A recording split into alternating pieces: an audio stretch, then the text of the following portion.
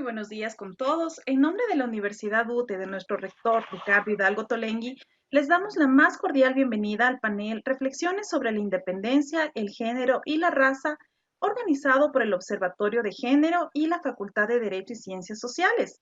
Esta actividad se la realiza en el marco del evento de activación de las bibliotecas universitarias en conmemoración al bicentenario de la Batalla de Pichincha. Para comentarnos más de la iniciativa Libros Desigual a Libertad, damos la bienvenida a Karina Wamba, directora de la biblioteca de nuestra Universidad UTE. Bienvenida, estimada Karina.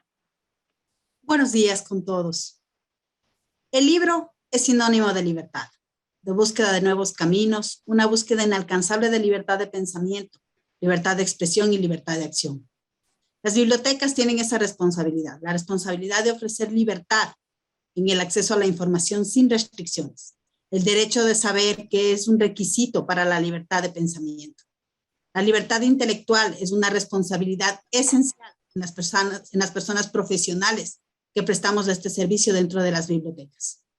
Son las bibliotecas las que proporcionan el acceso a la información, las ideas y a las obras de creación. Sirven como puertas de acceso al conocimiento, al pensamiento y a la cultura.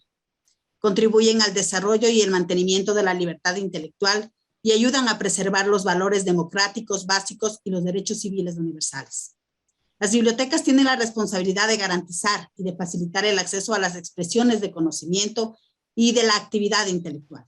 Con este fin, se impulsó esta generación de conocimiento por medio de estos 3 masterclass que forman parte de la activación de las bibliotecas universitarias, a la cual hemos denominado Libros igual Libertad. Damos las gracias a todos los estamentos de la institución que han formado parte de este evento. El día de hoy tendremos 3 masterclass.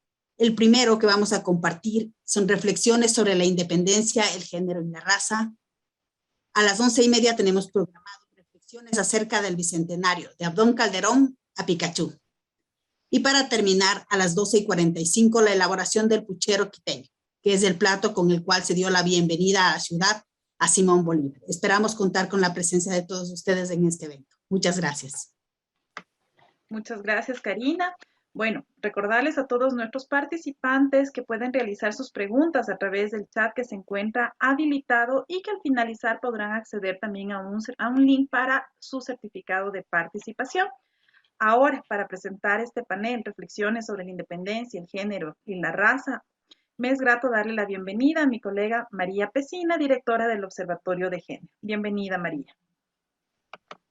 Muchísimas gracias, Ana. Muchísimas gracias, Karina, por impulsar este espacio. Bueno, yo brevemente quisiera reflexionar sobre la participación de las mujeres en los movimientos independentistas, ¿no?, de Hispanoamérica, que se ha escrito muy poco. En realidad son estudios que han sido como incipientes y por eso yo creo que queremos reconocer el papel de las mujeres que desempeñaron durante aquellos años de transición política y de guerra, su importancia y su relevancia, ¿no? Muchas mujeres de las que participaron se destacaron por su posición y su estatus social, por ejemplo, pero no fueron las únicas consideradas como heroínas, sino todas aquellas que desempeñaron, digamos, un papel cualquiera dentro del movimiento de emancipación, ¿no? Las mujeres indígenas, negras, campesinas, entre otros, tuvieron su papel relevante en la historia de las independencias, eso hay que recordarlo, y también considero que la historia en muchos casos fue escrita y descrita desde una visión etnocéntrica, desde una visión clasista, racista y misógena que lo que logró fue invisibilizarlas, ¿no? En este sentido, las mujeres y su participación fueron muy importantes y siguen siendo importantes y efectivas para lograr, digamos, la independencia de su patria, ¿no? Por ello, creo que desde la Universidad UTE creemos que es necesario abrir siempre estos espacios como para discutir, analizar, visibilizar el aporte de las mujeres en este periodo y en otros a través de 3 destacadas historiadoras que tenemos el gusto de compartir hoy con ellas y compartir sus conocimientos. Voy a dar la palabra a Alexandra Sevilla. Alexandra Sevilla es historiadora de Ecuador, es docente investigadora, graduada en Historia en la Pontificia Universidad Católica del Ecuador hizo su maestría en estudios latinoamericanos en la Universidad Andina Simón Bolívar y es doctora en Historia de los Andes por la Facultad Latinoamericana de Ciencias Sociales, sede Ecuador. Autora de Las Mujeres de la Revolución de Quito y de Fidelismo, Realismo y Contrarrevolución en la Audiencia de Quito, obra que recibió mención de honor del premio José Mejía Lequerica, otorgado por el municipio de Quito.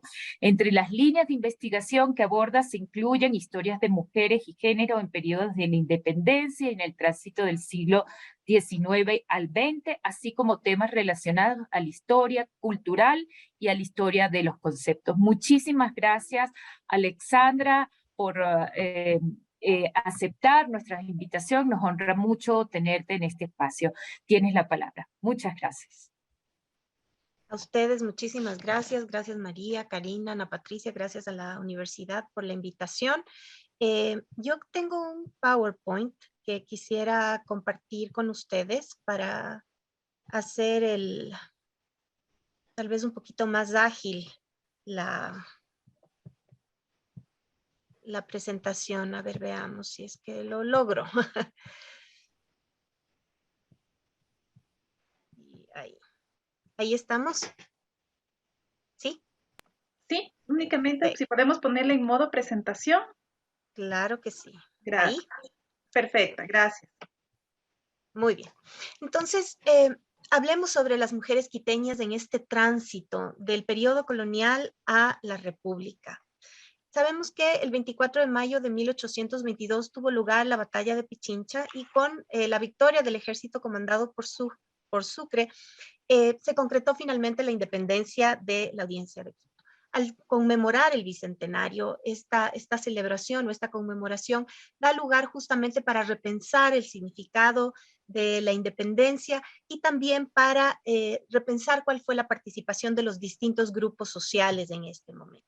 Yo me voy a permitir rápidamente ponerles en contexto histórico cómo se fueron dando las cosas, esto en caso de que a alguien se le pierda algún dato o no estén claros sobre el proceso y que podamos ir avanzando sobre estos elementos o estos hitos fundamentales que se van dando en el proceso independentista. Sabemos que en 1808 se produce la crisis de la monarquía española y este es el detonante para que en España y en América se produzcan esta explosión juntera, van a decir algunos autores, es decir, la creación de estas juntas. En 1809 surge la primera junta quiteña y es una junta efectivamente con un cariz fidelista, en donde lo que hacen es, al igual que habían hecho en España, crear la junta retomando la soberanía que había quedado vacía o vacante, el rey había abdicado, el pueblo retoma la soberanía, pero lo hacen a nombre del rey. Para 1810, la masacre del 2 de agosto va a cambiar en el caso de Quito este cariz fidelista y van a comenzar a emerger voces que claramente van a hablar sobre independencia y demás. Pero esta segunda junta dura muy poco. En 1812 la audiencia regresa al control realista bajo el mando del nuevo presidente, que es Toribio Montes, y para 1813 se produce un fenómeno fundamental sobre el que quisiera que después hablemos un momentito, porque se producen las primeras elecciones en el contexto del gobierno colonial y a raíz de la promulgación de la Constitución de Cádiz, ¿sí? La Constitución de Cádiz va a echar por tierra ese gobierno absolutista que había en España y va a hablar de la nación española, y en Quito efectivamente se jura la Constitución de Cádiz y se ponen en marcha muchas de las reformas que ésta plantea. Pero esto tampoco dura mucho. En 1819 Bolívar proclama en su discurso de Angostura que Quito, o la audiencia de Quito en este caso, ¿no?, va a formar parte de la Gran Colombia y la suerte de alguna manera está echada. La independencia de la audiencia es cuestión de tiempo. Como sabemos, ya para 1820 Guayaquil y Cuenca se declaran independientes y esta independencia se concreta el 24 de mayo. Ahora, esto es importante tomar en cuenta, y es que el proceso de independencia es un evento complejo y que a lo largo de los años, a lo largo de estos 200 años, ha tenido múltiples interpretaciones. Y de hecho podríamos decir que la independencia es una memoria en disputa, ¿sí? Y solamente para que ustedes sepan, lo que estamos viendo ahí en la imagen es la ejecución de Rosa Zárate y su esposo Nicolás de la Peña, que eran dos insurgentes, ¿no? Y vamos a retomar esta idea más adelante. Vamos a hablar sobre Rosa Zárate en un minuto más. Entonces, a lo largo de estos 200 años ha habido distintas formas de comprender este evento. Y obviamente, por demás está decir que el evento no cambia, pero lo que sí cambia son las interpretaciones que se ha dado a este evento, y eso supone que pasado y presente están siempre en un constante diálogo y en una constante relación. Ahora, también quisiera ponerles en ese sentido este evento en un contexto historiográfico, es decir, cómo se ha leído, cómo se ha interpretado la independencia desde que se produjo. Entonces, Elías Palti, un autor muy importante de Argentina, nos va a decir que en un primer momento la independencia es entendida como una independencia autogenerada, es decir, siempre hubo un anhelo de independencia, casi desde que los primeros conquistadores españoles pisaron tierras americanas, hubo un anhelo de independencia. Y en esta noción de la independencia autogenerada se centra la interpretación o se centra la explicación en la nación, ¿sí? Esto va a suceder a lo largo de todo el siglo XIX y buena parte del XX. Más adelante, con una visión de corte más social y más marxista, se va a hablar más bien de una independencia fallida. ¿Por qué?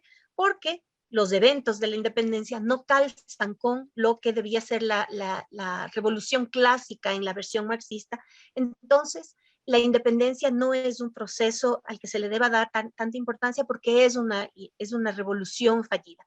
Y de ahí es de donde surge, en el caso de la independencia del Ecuador o del caso de la Revolución de Quito, esta idea de que la independencia fue una revolución de los marqueses o la revolución de Quito fue una revolución de los marqueses porque no incluyó o los protagonistas de este proceso político no fueron los grupos populares.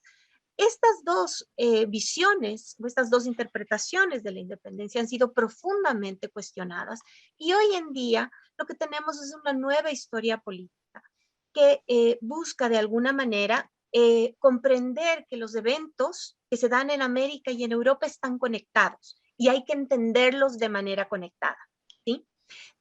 ¿Qué más busca esta nueva explicación o esta idea de la historia, pues esta nueva historia política?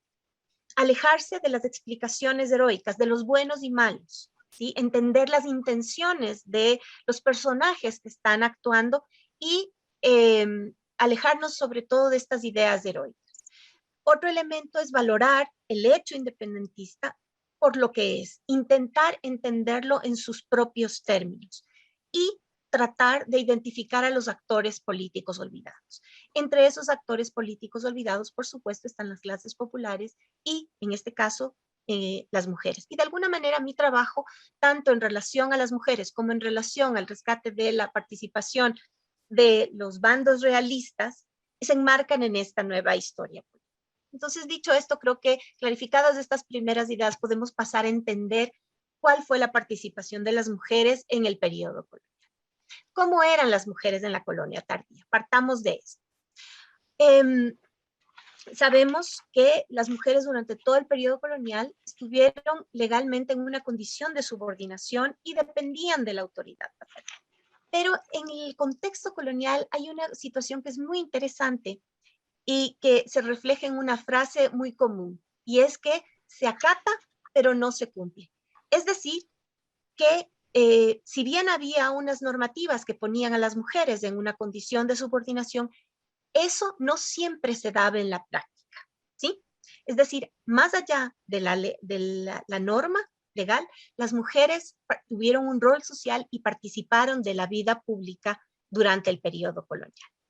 Entonces, los estudios que se han hecho en las últimas décadas y en los últimos años nos hablan de que en realidad las mujeres de la colonia, las mujeres del periodo colonial, tenían mucha mayor libertad de acción de lo que se pensó. Particularmente nos hablan de que las mujeres de Quito y seguramente de otras partes de la audiencia y de otras partes de América tenían una importante participación en la vida económica de la ciudad. ¿Qué actividades económicas llevaban a cabo las mujeres? ¿Sí? Las mujeres de la élite, por ejemplo, podían administrar sus propiedades, sus haciendas, sus obrajes, y si es que eran viudas, tenían aún mucha más libertad de acción. Un caso concreto es el caso de la marquesa de Maenza, que ella misma administraba los bienes de la familia y de hecho participaba como jefe de familia en las reuniones de los vecinos de la Tacunga, que era en donde tenía sus propiedades. A pesar de que Quito está en medio de los Andes, en realidad Quito era una ciudad con una intensa actividad comercial. Cuando vemos los archivos y vemos los registros de lo que se vendía, de lo que se compraba, vemos que en realidad era una ciudad que bullía en comercio. Y las mujeres invertían con los mercaderes y tratantes sus recursos para obtener réditos. O ellas mismas, en muchos casos, se dedicaban al comercio de textiles de la tierra o importaban comercios. Hay ejemplos claros, como por ejemplo, Josefa Tinajero, que la vamos a ver más adelante involucrada en la independencia como parte del bando insurgente. Ella se mantenía a sí misma y era una mujer que comerciaba con telas. ¿Sí? Ahora, las mujeres del pueblo también podían ser dueñas de pulperías o tiendas de abasto. Y tenemos también documentados casos de pulperas que, por ejemplo, al ir a abrir a pedir el permiso en el cabildo para abrir su pulpería, les decían, bueno, señora, o sea, ¿dónde está su esposo que le da la autorización para hacer este negocio? Y ahí ellas decían, he tenido mi tienda por muchos años, no necesito un marido para hacer esto. Esto nos da cuenta de una interesante e importante independencia de parte de estas mujeres de los estratos populares que tenían sus pulperías. Y las mujeres indígenas y afrodescendientes libertas podían trabajar o tener sus actividades económicas como regatonas o gateras, que para la época serían algo similar a lo que podríamos pensar ahora como un cierto comercio informal.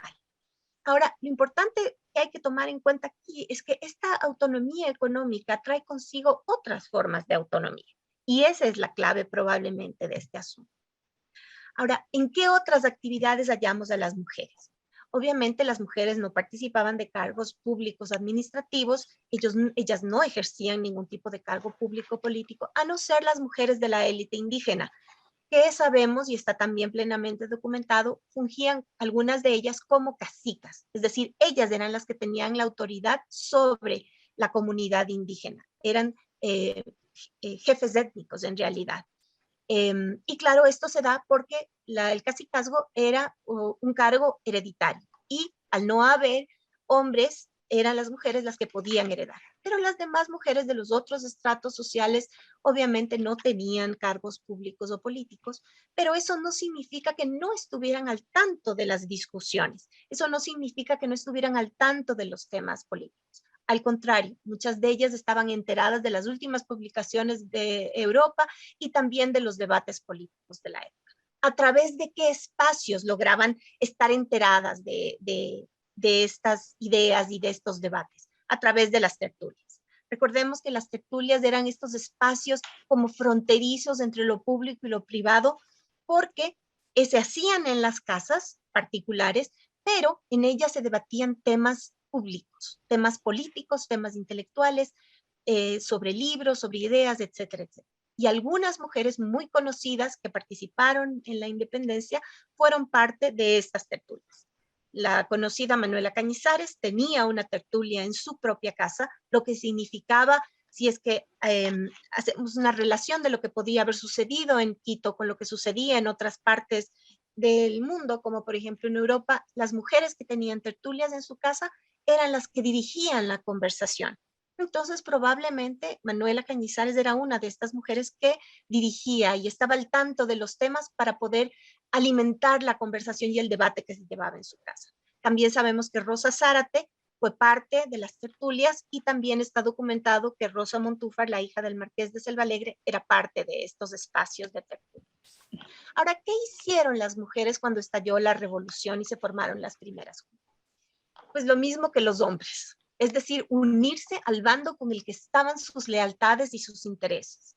Y investigaciones recientes nos hablan de que los vínculos de parentesco y clientelares fueron la clave para la conformación de los bandos. ¿Qué supone esto? Esto supone que tanto dentro del bando realista como del bando insurgente participó todo ese enorme abanico social y étnico de la sociedad de la época. Es decir, dentro de los realistas vamos a hallar parte de la élite colonial, vamos a hallar a peninsulares, pero también vamos a hallar a indígenas, sobre todo ciertos miembros de la élite indígena van a formar parte del bando realista.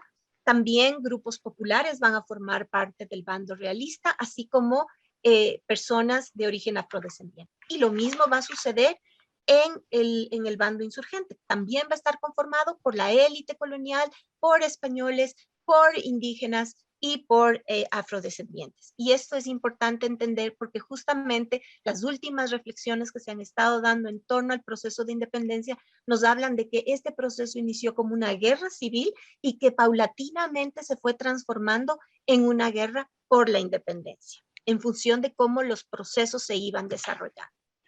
Ahora, más allá de si las mujeres eran realistas o eran insurgentes, hay que identificar cuáles fueron sus acciones, qué hicieron efectivamente las mujeres. Podríamos decir que en primera instancia las mujeres impulsaron la participación política de la gente que estaba a su alrededor. Muchas mujeres se dedicaron a defender jurídicamente a sus familiares presos o perseguidos. Fueron parte de la inteligencia militar, se hicieron cargo de la economía familiar. Algunas pelearon en batalla y otras acompañaron a los ejércitos como guarichas. Vamos desglosando rápidamente algunos de estos elementos. ¿A qué me refiero con impulsar la participación política? En la época aparece esta figura del tribuno o tribuna de la plebe. ¿Quiénes eran estos sujetos, femeninos y masculinos? Los tribunos de la plebe eran parte de los insurgentes, parte del bando insurgente, que lo que hacían era arengar a las personas, arengar a la plebe justamente, es decir, a los estratos populares y a la población en general, a unirse al bando insurgente. Y este papel lo tuvieron tanto hombres como mujeres. Un ejemplo clarísimo es el de Rosa Zárate y su esposo. Los dos van a ser calificados como tribunos de la plebe y los dos van a ser ejecutados justamente a partir o acusándoles justamente de este tipo de acciones. Otras mujeres como María Ontanet y Larraín, la misma Rosa Montúfar, también van a estar catalogadas como tribunas de la plebe. ¿Qué más van a hacer las mujeres? Habíamos mencionado, defensoras de familia. Es decir, frente al conflicto político y militar, las mujeres lo que van a hacer es liderar la defensa de sus familias o de sus familiares masculinos que van a estar presos o perseguidos. Probablemente uno de los mejores ejemplos es Rosa Montúfar. Ella no solamente que interpone petitorios legales que buscan hablar sobre la inocencia de su padre y demás, tratando de que su hermano salga de la cárcel y su padre sea liberado de cualquier culpa que estaba escondido, sino que también algunas de ellas van a crear unos planes de lo más asombrosos, podríamos decir, y de lo más osados para salvar a sus familiares. Por ejemplo, la misma Rosa Montúfar y su amiga María Ontanet y Larraín van a entrar al cuartel llevando provisiones para los presos que estaban ahí, y al salir no salen solo 2 mujeres, sino que salen 3. Ellas lo que hicieron fue llevar ropa de mujer para que Pedro Montúfar, el tío de Rosa, se disfrazara y saliera con ellos ese día. Entonces, son acciones realmente remarcables e importantes a la hora de desarrollar esta acción de defender su familia, ¿no? ¿Qué más van a hacer? Inteligencia militar, van a llevar y traer información. Esto es crucial para la época, ¿sí? En el contexto, los correos se revisaban, los correos se interceptaban, entonces muchas mujeres lo que hacían era generar rumores y ellas mismas escribir cartas, algunas muy pormenorizadas, de qué es lo que se estaba haciendo, de cómo se estaban movilizando los ejércitos y demás. A estas mujeres en la documentación de la época se las conoce como las sabedoras, ¿sí? Las que tenían la información. Y hay algunas muy concretas que van a ser perseguidas y encarceladas por ella, como por ejemplo Josefa Tinajero, María Nantes de la Vega y Teresa Calisto. tanto mujeres del lado insurgente como mujeres del lado realista van a tener esta actividad. Por ejemplo, Josefa Tinajero y María Nantes de la Vega, desde la insurgencia, y Teresa Calisto, hija del regidor Calisto, como parte de la contrainsurgencia. Algunas también, por ejemplo, como la marquesa de Maenza, van a ser acusadas de que rezaban a voz en cuello en la iglesia por el alma de Fernandito. Así dicen los documentos puntualmente. ¿Qué es lo que estaban haciendo estas mujeres al proclamar o al diseminar estos rumores? Justificar su bando político. Entonces, esta va a ser una actividad fundamental de las mujeres en esa época. Y obviamente también van a cuidar de la economía familiar. Mientras los hombres están en el conflicto político-militar, son las mujeres las que aún más, con mayor determinación, van a tomar a su cargo la actividad de cuidar la economía de familia. Y aquí quiero ponerle un ojo muy importante, porque como vamos a ver, esto va a ser importantísimo luego de la independencia en el debate sobre cuál va a ser el rol que las mujeres van a tener en la sociedad una vez que ya se haya producido la independencia. Y obviamente algunas van a ir también a la guerra. Tenemos los casos concretos de Manuela Sáenz y de su hermana Josefa Sáenz, Manuela luchando desde el lado insurgente, mientras que Josefa, la hermana mayor de Manuela, luchando y también tomando la espada desde el lado realista. Y algunas, como sabemos, van a ser parte de estos ejércitos paralelos que son las guarichas, es decir, mujeres que van a acompañar a las milicias de la época, como enfermeras, como cocineras y demás, ¿sí? Ahora, ¿qué alcanzan las mujeres con la independencia? Lo mismo que los hombres. La posibilidad de construir un nuevo país. Evidentemente, en esta época no estamos hablando de que hay un movimiento femenino, feminista o de mujeres, pero esto no supone que no hubiera un sentimiento de solidaridad femenina. La documentación nos habla de que muchas de ellas, para enfrentar los problemas, van a, por ejemplo, comenzar a vivir juntas, tías, sobrinas, para apoyarse. Sabemos que en torno a la figura de Rosa Montúfar van a haber muchas mujeres actuando alrededor de ella también. Y esto es importante tomar en cuenta, esto no significa que no se estuviera discutiendo cuál debía ser la participación social y política de las mujeres dentro de las nuevas naciones que se estaban conformando. Y quiero terminar solamente con esta reflexión. En la época, la documentación judicial va a identificar a las mujeres que ponían una queja o un petitorio como vecinas. Sin embargo, a partir de la independencia, a las mujeres en la documentación oficial, en la documentación judicial, se les va a comenzar a denominar como ciudadanas. Y esto es muy curioso porque no es solamente la documentación oficial o judicial, sino que ellas mismas van a comenzar a referirse a sí mismas como ciudadanas. Y el ejemplo más claro lo tenemos nuevamente en Rosa Montúfar.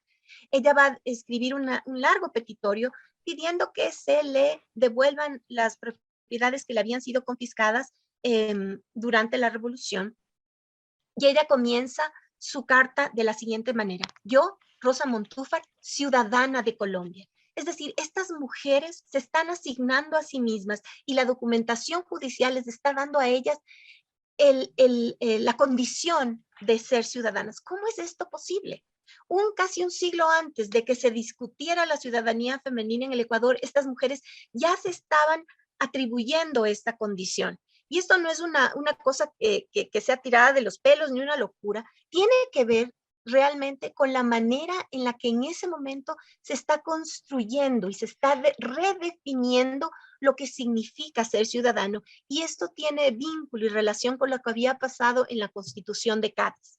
Es decir, la ciudadanía comienza a vincularse con la posibilidad de hacer cosas positivas para el país, de actuar en favor del país y también en función de la capacidad de contribuir al mantenimiento del país.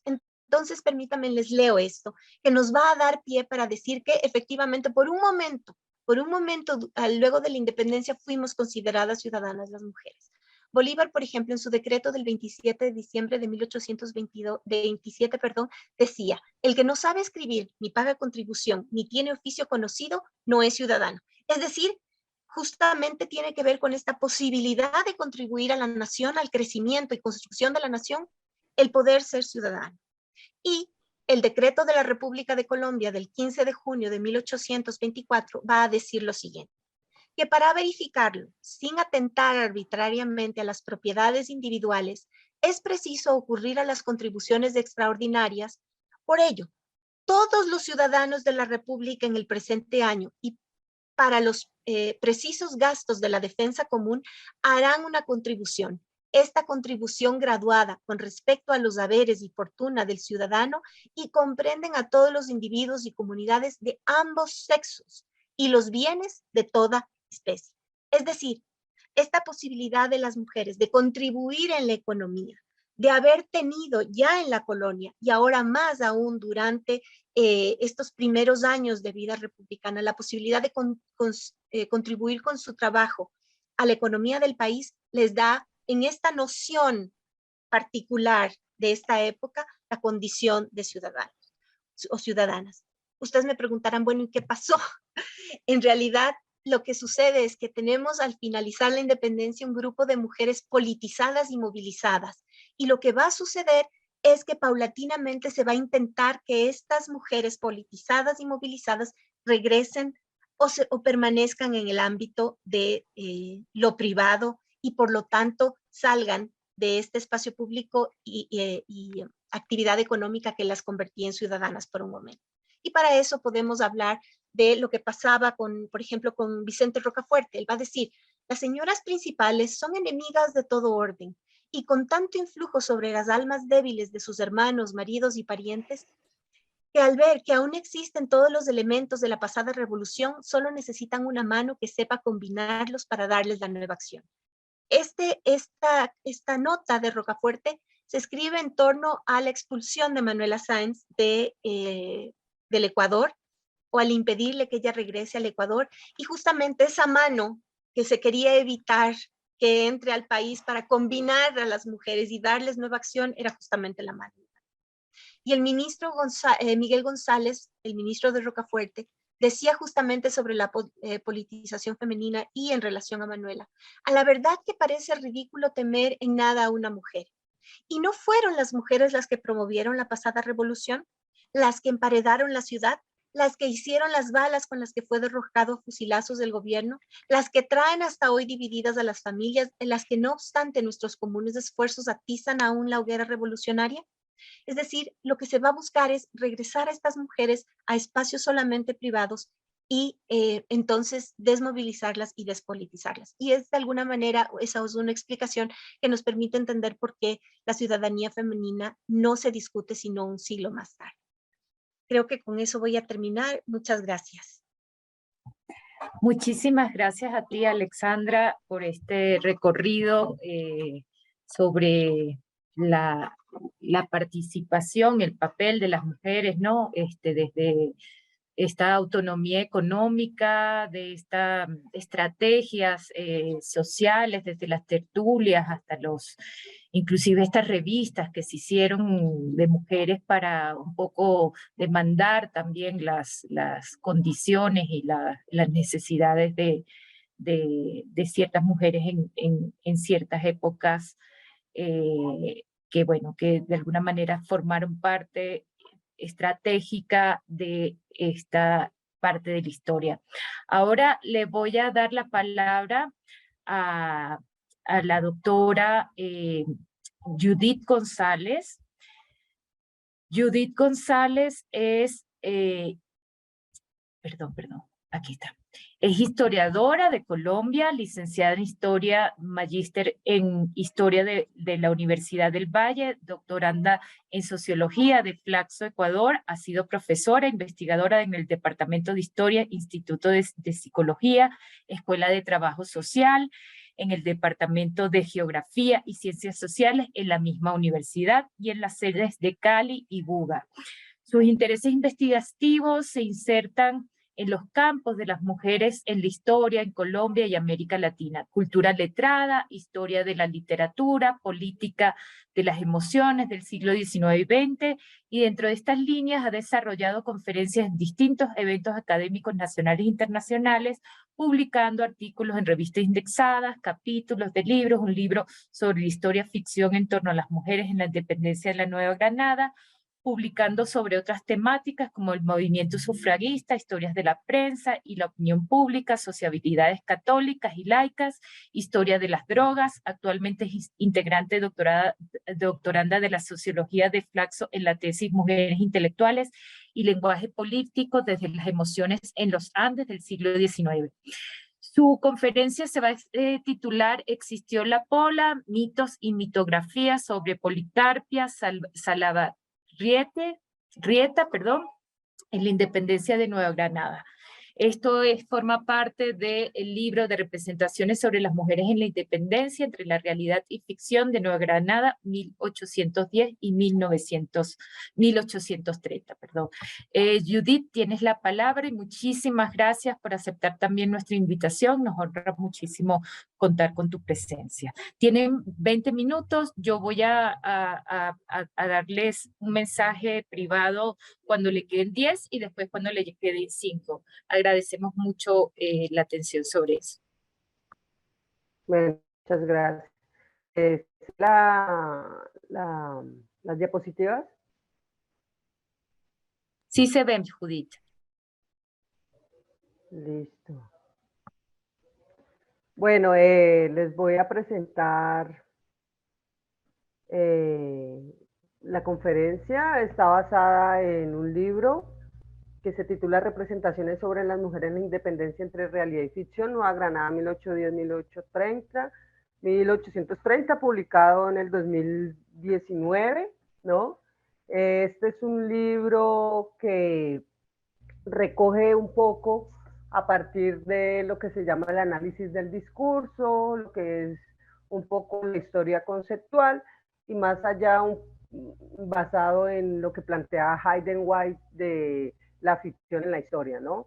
Entonces, en esta obra que ustedes ven, pues yo me planteo, más que trabajar las mujeres reales o de carne y hueso que existieron en la independencia, lo que yo traté de hacer era un análisis, obviamente, de cómo a partir de ciertas figuras icónicas de la independencia se crearon unas mitografías, unos discursos, unas alegorías, unas metáforas, unas metonimias y unas sinecdoques y demás, ¿no? Me inspiré mucho, obviamente, en la literatura. La literatura ha sido muy, muy importante, ¿no? A mí me inspiró mucho este poema o este escrito de María Mercedes Carranza, que se llamaba La misma historia. Ella dice que, no sé si se trata de un tema de escritores sin oficio, era Shakespeare un fabulador, Tolstoy derivaba cuando Ana Karenina, inventó Adriano su amor con Antino, imaginó la historia a París y Helena, Wilde acaso era un farsante, mentía Calisto a Melibea, inventó Flaubert a Madame Bovary, ¿por qué murió Eloísa? Soñaba Rimbaud cuando soñaba Verlaine. No sé si se trata de un tema de escritos sin oficio o de la vida que otra vez nos sorprende, ¿no? Entonces, cuando yo veo esto y metahistoria de White, me doy a la tarea de ver cómo, por ejemplo, Bolívar, Santander y estos grandes hombres que van a ser nuestros héroes y la llamada historia patria, pues cómo inventaron a las mujeres, ¿no? También me sirvió mucho la idea de Virginia Woolf, de una habitación propia, justo que ella ahí en esta obra, cuando la invitan a escribir sobre la mujer y la literatura, ella se pensaba qué tipo de mujeres, ¿no? O sea, las mujeres que escriben literatura, las mujeres protagonistas de la literatura que escriben los hombres sobre mujeres, y por eso este libro obviamente está en relación con esta idea de mujer, ¿no? ¿Cuáles mujeres, cómo y de qué forma, cómo se inventaban estas mujeres, cómo se añadían y demás a estos relatos ficcionados y demás, ¿no? La guerra de la independencia va a ser muy importante, obviamente, porque en ella se van a construir los primeros mitos nacionales, se van a construir los primeros órdenes políticos de las naciones, en este caso suramericanas y de América Latina, ¿no? Pero además de eso, también formó instituciones sociales, económicas y culturales, y también creó unos discursos que le otorgaron legitimidad, ¿no? En este caso, el triunfo de los republicanos o en este caso los patriotas, pues van a construir un discurso, como habla los estudios subalternos, ¿no? Del vencedor, ¿no? Y pocas veces de los vencidos. Por eso hay tantos vacíos históricos, historiográficos dentro de la independencia, ¿no? Por eso vemos la ausencia de las personas afro, las personas indígenas, las mujeres que no sean de élite, blancas, ¿no? Entonces, digamos que hoy por hoy, obviamente, todas estas coyunturas actuales han hecho que nos despertemos sobre otros procesos de independencia, ¿no? Entonces, lo que yo me propongo es cómo, a partir de la independencia, historiadores, políticos, hombres de letras se esforzaron en mostrar dos cosas fundamentales. Por un lado, una ruptura con el pasado colonial. Segundo, cómo el nuevo orden político abría un horizonte de experiencias y expectativas sobre la base y la construcción de valores propios de la ilustración y la modernidad, ¿no? ¿Cómo ha sido la independencia representada? Fue una de las preguntas que me hice. ¿Y por qué la figura del héroe masculino ha enmarcado el proceso de mitificación de la nación? Y más allá de esto, obviamente, lo que yo planteo es que sí hubo unos relatos sobre las mujeres, sí hubo una historiografía que las enmarcó, sí hubo, o sea, no caigo tanto en ese apelativo de la victimización, invisibilización de las mujeres totalmente, porque sí hubo un tipo de mujer a representar, obviamente, una mujer de unos parámetros de clase, de unos parámetros de raza, y por eso vamos a hablar de ese proceso mitográfico, ¿no? Cómo a partir de los mitos y las grafías de los mismos se van construyendo unas ideas de verdad o de realidad que marcan más bien la ficción, ¿no? Con esta investigación quise mostrar cómo es en la misma coyuntura de la lucha por la independencia que la mujer aparece como una figura central de los relatos fundacionales, porque más que como mujer real fue asumida como un símbolo o una metáfora de virtud republicana. La mujer desde este momento será representada usando diferentes estrategias narrativas, historiográficas, periodísticas y ficcionales, ¿no? Lo irónico de todo esto es que la historiografía profesional del siglo XX no había destacado adecuadamente esto como lo novedoso, ¿no? Mostrar la relevancia que tuvo la mujer en los debates políticos, en los procesos de creación de la narrativa y la escrituraria, y especialmente nos interesa destacar el lugar privilegiado que ocupó dentro de los discursos fundacionales. Creemos que los usos narrativos sobre la representación de la mujer a través de imágenes, alegorías y metáforas llevaron a las creaciones mitográficas, en donde el mito canonizó, sacralizó desde perspectivas simbólicas y escriturarias modelos de mujer. Estos relatos en torno a ella ayudarán a definir una comunidad política neogranadina, retomándola como un elemento clave para reafirmarse a sí misma y crear una nación de futuro, ¿no? Estos relatos van a ser en gran medida una apropiación novedosa de la mujer en su dimensión retórica, narrativa y simbólica para articularla con un nuevo orden social político. Con esto quiero decir que la mujer obedece más que a las prácticas, a las dinámicas políticas de los campos discursivos, lo cual nos ha llevado a indagar una diversidad de documentos y textos, ¿no?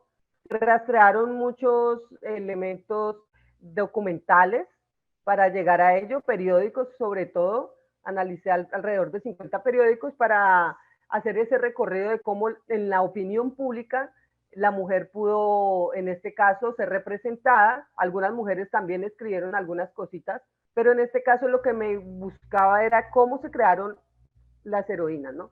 Este libro que yo hice se basa en 3 capítulos. El primero es mitografías y narrativas sobre las mujeres en la independencia, una mirada histórica e historiográfica.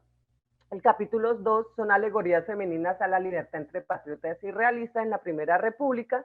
Y el capítulo 3, trabajar en los generoletos políticos y la educación modélica de la mujer republicana entre 1820 y 1830, ¿no?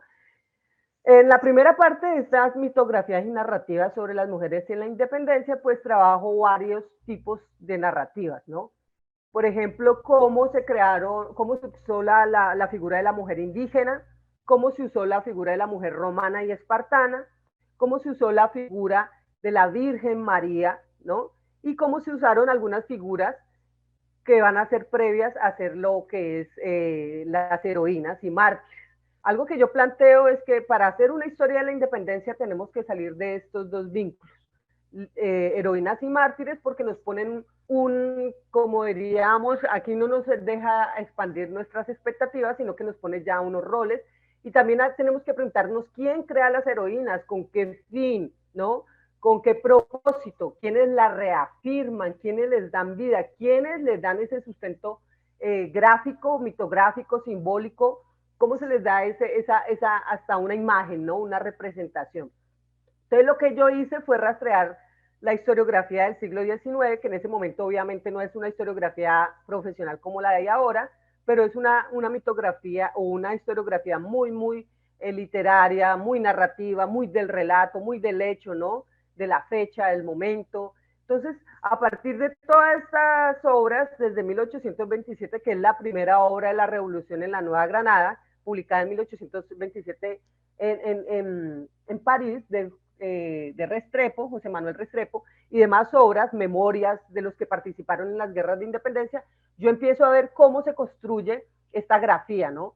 Y cómo a partir de estos compendios, memorias, biografías, manuales de historia creados en el pleno siglo XIX, se da esta construcción, ¿no? Cabe decir que fue en la misma independencia que se crearon los relatos de estas mujeres, ¿no?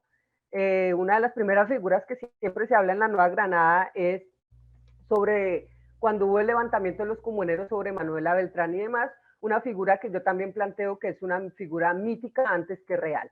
Pero la Pola en este caso es una figura que trasciende la Nueva Granada, ¿no? Hasta Salvador Mitre llegó a hacer una composición teatral para ella. Estas son las primeras formas en que se va a visualizar la Pola, ¿no? Empieza como una grafía teatral, ¿no? A partir de todos estos ensayos se dan una serie de dramas históricos, pero lo importante aquí es que estos dramas empiezan desde muy empezada la República, antes de que en lo que es el espacio republicano, ¿no? Recordemos que en 1830 se separa Venezuela, Colombia y Ecuador, o sea, se acaba la Nueva Granada.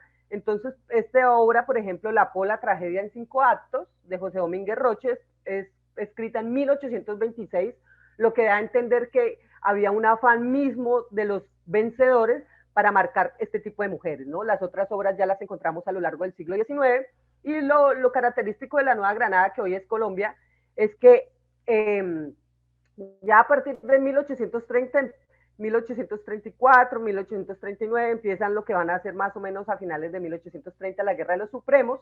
Entonces ahí empiezan a verse ya los que van a ser los bandos liberales y conservadores, y lo interesante de esto es cómo a lo largo del siglo XIX se van a tejer estas referencias a la Pola, tanto liberales como conservadores la van a pintar de una forma muy diferente, ¿no?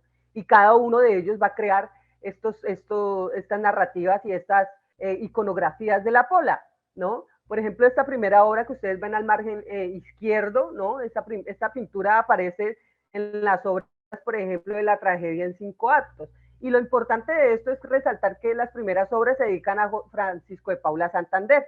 No en vano, en el periódico El Patriota de 1821 es donde aparece la primera disertación sobre la Pola, ¿no? Cuando se encuentra en el Archivo General de la Nación, cuando fusilan a la Pola, ¿no? La Pola es fusilada en 1817.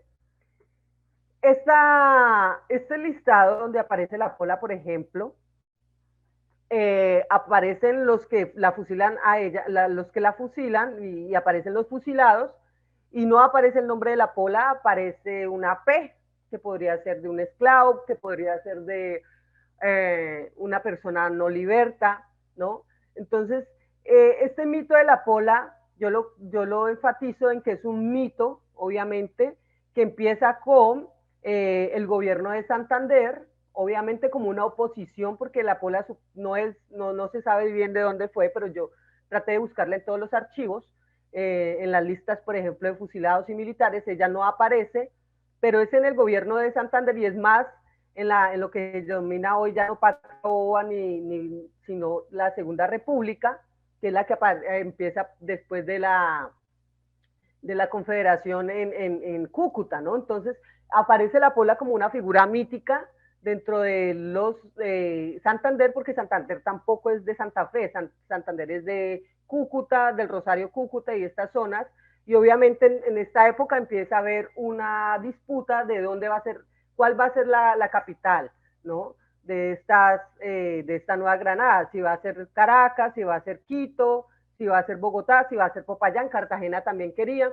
Entonces Santander, como una forma de disputarle a las santafereñas y a los santafereños esa idea de que ellos son capital y el resto eran provincias, empieza a Santander a darle mucho auge a esta figura de la pola. Entonces lo que les digo es que esta es la primera heroína nacional y digamos que una de las más resaltadas, y aparecen los billetes, aparecen en las monedas, va a aparecer también en lo que son las obras de la escultura, como en el Parque de las Aguas en Bogotá, pero lo que yo doy a entender en esto, y a partir de la prensa y lo que se hace con todo lo que les mostré aquí, van a hacer las tragedias y los demás relatos teatrales, es donde empieza a crearse esa ficción, ¿no?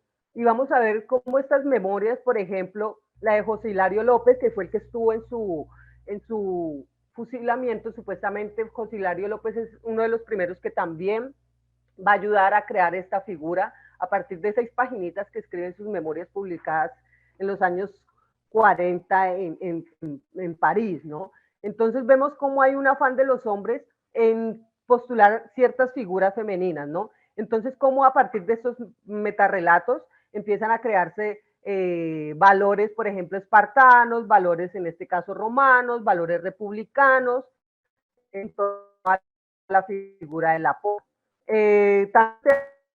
Obviamente que existió la heroína Antonia Santos, pero digamos que ella es un poco más, ella sí encuentra uno la partida de función, encuentra todo el proceso. De la pola, por ejemplo, ella al morir dice, oh, pueblo indolente, yo joven y mujer, doy la vida por la patria y demás. Entonces la idea mía era como rastrear quién fueron los personajes que crearon estos discursos, ¿no?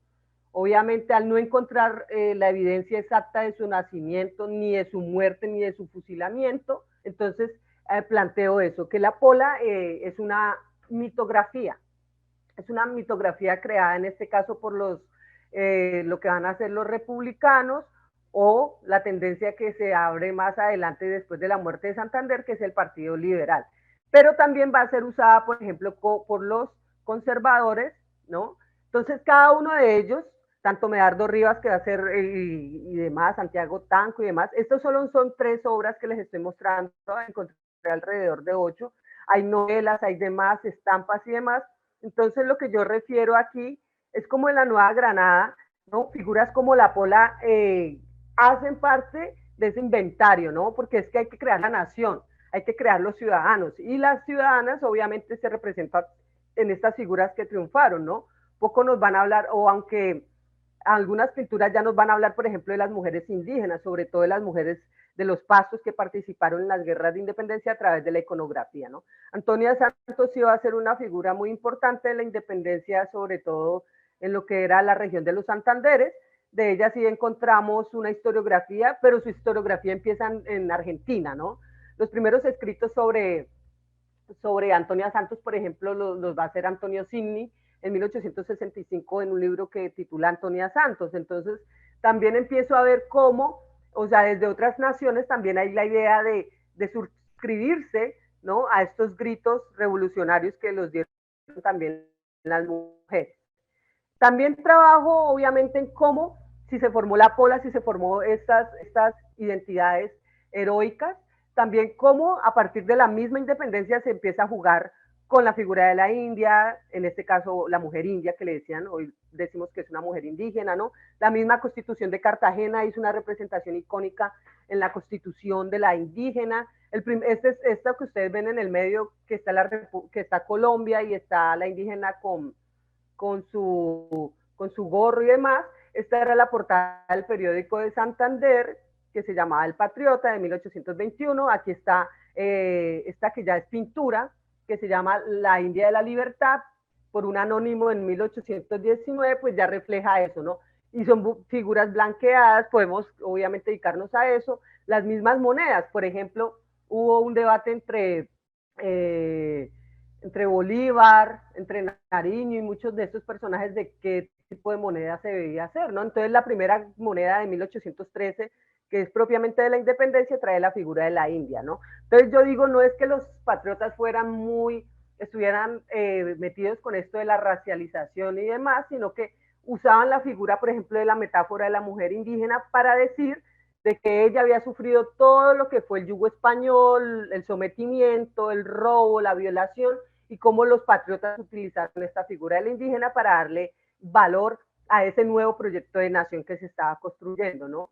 Como Bolívar en un principio se retrata, obviamente, como con indígenas, obviamente los vuelve como niños, les da un valor obviamente no agregado de mayoría de edad y demás, sino como esa idea del padre que guía a la nación y la indígena con él, ¿no? Una indígena ya blanqueada.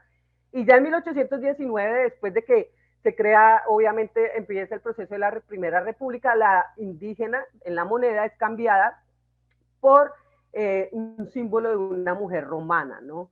Entonces empieza también una fuerte, cuando uno lee estos textos, prensa, memorias y demás hojas sueltas, uno se da cuenta de que estos hombres obviamente eran muy letrados, leían mucho lo que era la historiografía producida por Poma, lo que había hablado sobre Grecia y Esparta, entonces había como una idea de mimetización sobre esos procesos, ¿no?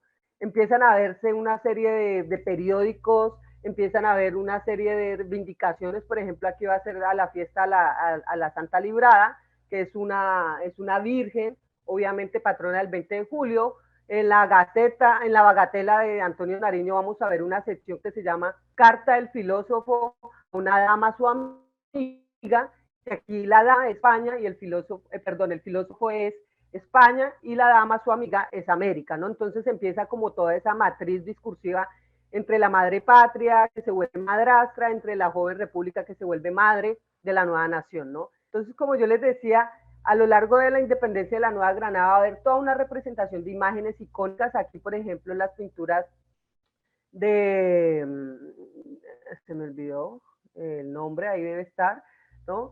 Estas pinturas fueron muy importantes, por ejemplo, el que dibuja estas pinturas, Espinosa, él va a ser el que ayude a Nariño en la toma de lo que iba a ser el sur, ¿no? En la toma.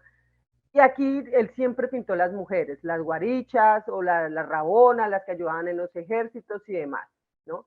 También se crearon una serie de generoletos, que es cuando los hombres o mujeres utilizan un lenguaje diferente a su sexo, ¿no? Para hablarlo de una forma práctica, ¿no? Entonces, lo que yo les decía, cuando empieza a surgir la pola, empiezan a surgir todos estos que se llaman hojas sueltas o panfletos, ¿no? En estos, por ejemplo, empiezan a crearse estas ideas de las mujeres, ¿no? Las damas de Bogotá, las santafereñas, las quejas de una fea.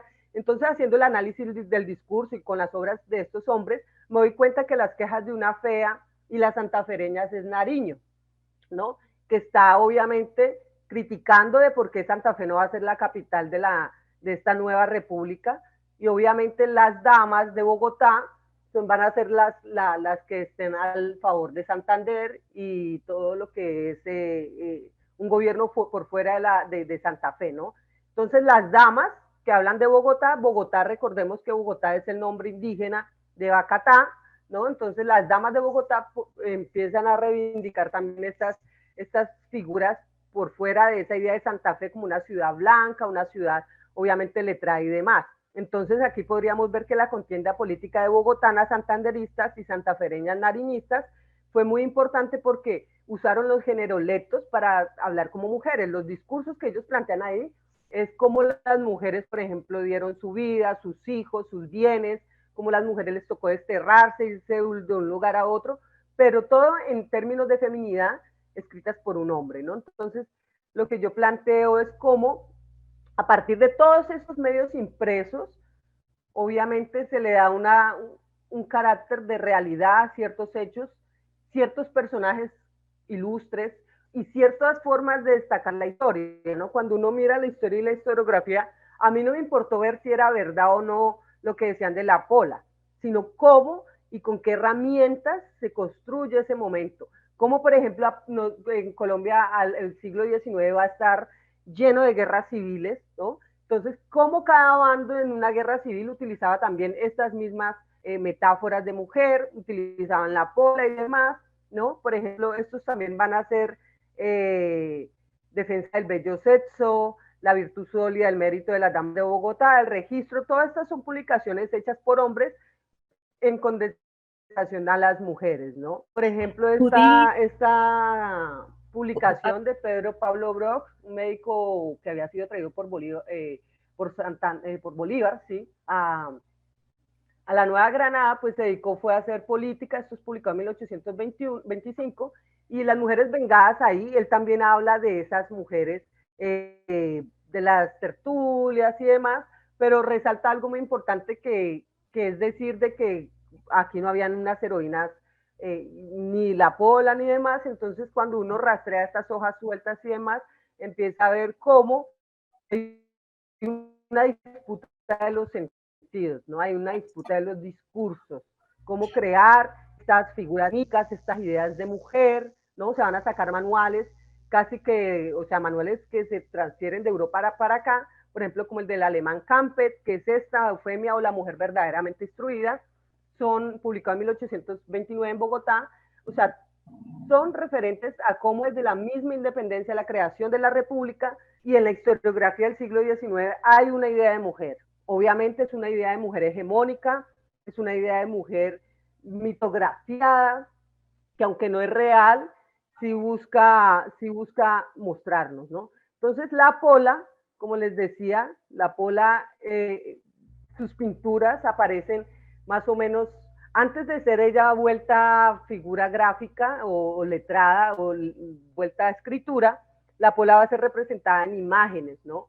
Entonces estas imágenes, la mayoría de las obras teatrales que yo les muestro aquí traen su imagen de la Pola y cada uno la representa de una forma, ¿no? Esta forma, por ejemplo, que está en el medio es la representación que hacen de ellos los conservadores, mientras que cuando vengan los liberales, la representación de ella es una mujer mucho más abierta, su ropa está descolgándose, ¿no? Es un poco más hasta, digamos, erótica, es mucho más de carácter mestizo que blanco, ¿no? Entonces, ¿cómo hacen para mitificarse estas figuras, ¿no? ¿Quién les dio ese aval, ¿no?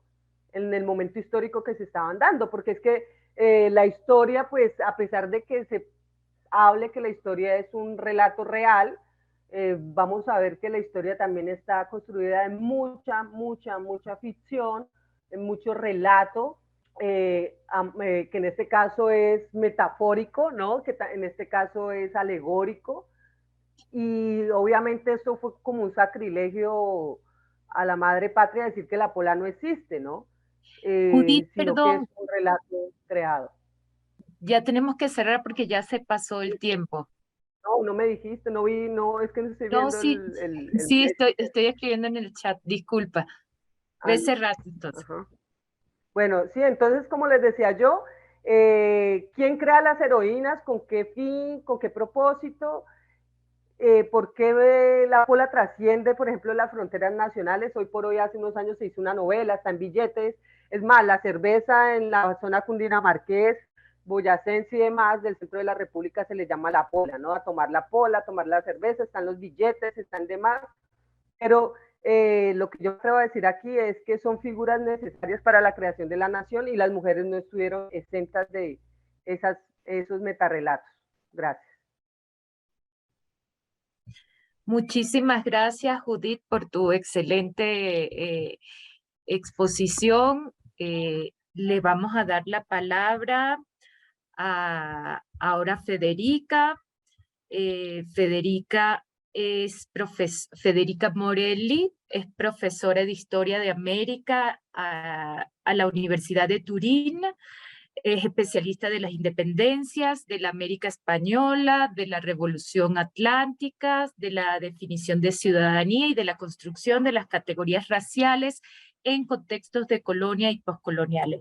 Es la autora de Territorio, Nación, Reformas y Disolución del Espacio Imperial en Ecuador, 1765-1830.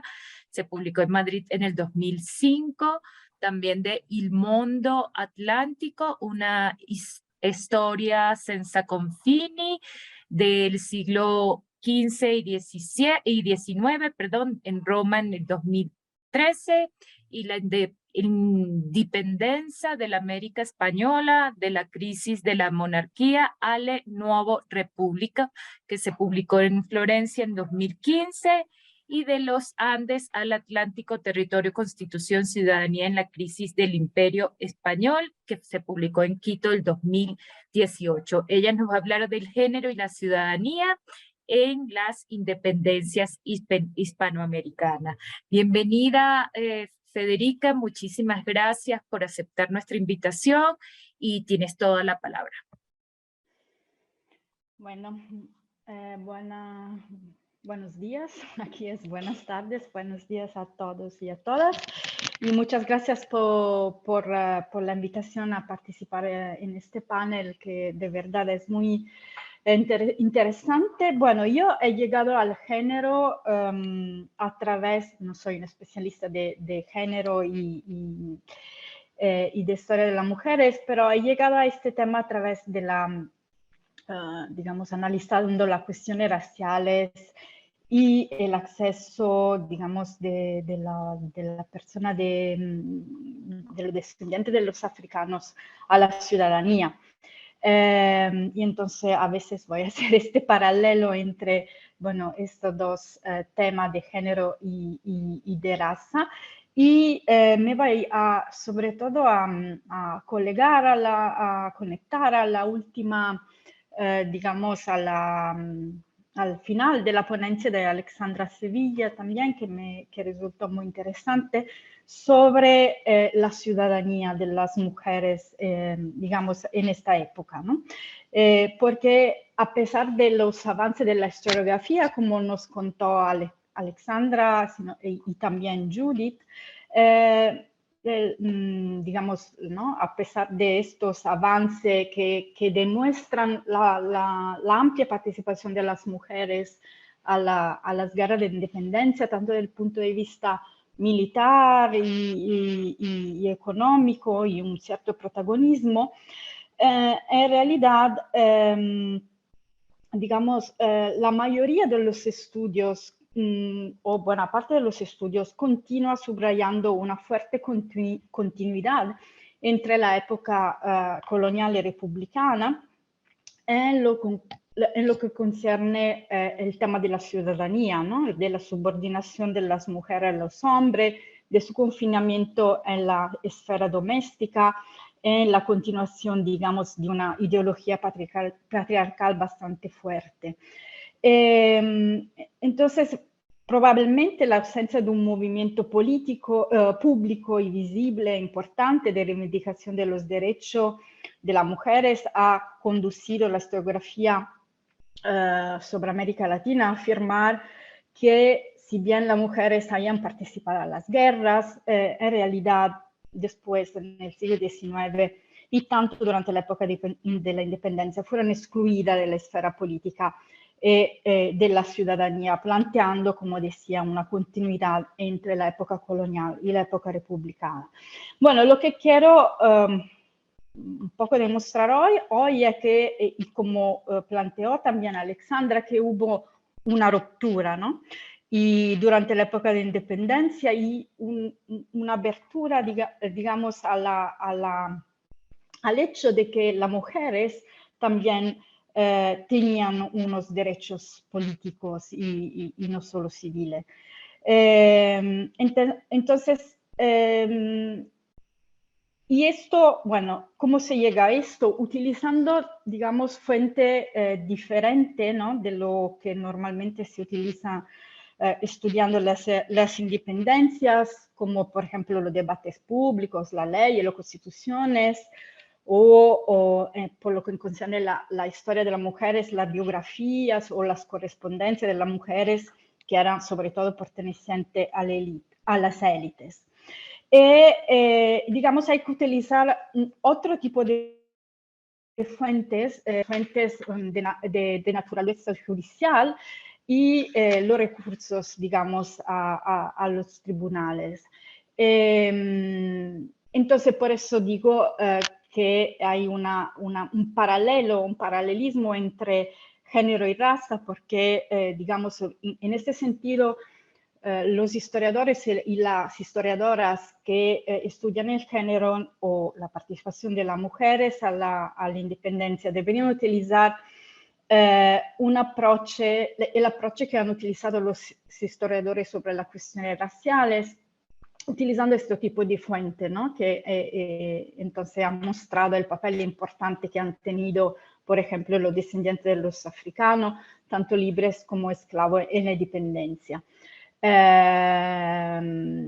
Y también su acceso, como decía, a la ciudadanía.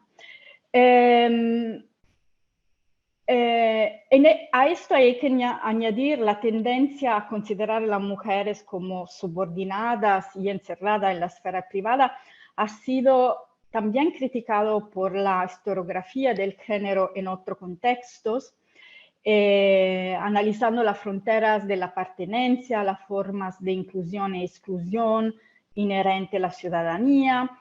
Estos estudios, digamos, en otro contexto, han distinguido entre el estatus legal de la ciudadanía y su práctica real, subrayando que, bueno, a veces hay distancias, diferencias, y que la ciudadanía no concernía solo los ciudadanos en sentido estricto, sino también la persona que eran excluida y que de todas formas se apropian del lenguaje de la ciudadanía para reivindicar sus propios derechos.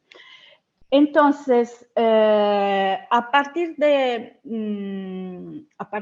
esto y también del hecho de que la definición de la ciudadanía en este periodo es bastante, digamos, ambigua y contradictoria, porque no está claramente definida por el alto, por el Estado, sino está continuamente negociada, podemos ver que hay, como decía antes, una ruptura, ¿no? Y que hay espacios para las mujeres para reivindicar y practicar algunos derechos de ciudadanía. Bueno, ¿por qué, digamos, las mujeres estaban excluidas de la ciudadanía en esta época de la independencia, en la que aparecen las primeras constituciones escritas, la Constitución de Cádiz, pero también las constituciones de los varios, digamos, países americanos en esta época? Porque, digamos, en teoría, como, digamos, como los esclavos, pero también algunos indígenas eran excluidos de la ciudadanía a causa de su condición de dependencia, ¿no? Los esclavos y algunos indígenas estaban excluidos por sus estatus de siervos, y las mujeres en tanto que dependiente del pater familias, ¿no? del jefe de la familia. Y entonces, en la base de esta idea se hace una distinción entre derechos civiles y políticos, y esta distinción se basa sobre la noción de autonomía de la voluntad. Es decir, lo que había una autonomía de la voluntad podían tener los derechos políticos, podían votar, y lo que no lo tenían porque pertenecían a la esfera del domus y eran dependientes, no podían tener derechos políticos.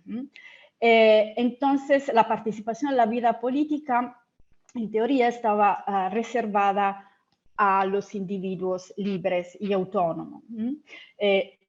Las solas personas, digamos, que podían producir efectos jurídicos. Y en la base de esto hay a veces también paralelos que se hacen muy fuertes por ejemplo, entre esclavos y mujeres.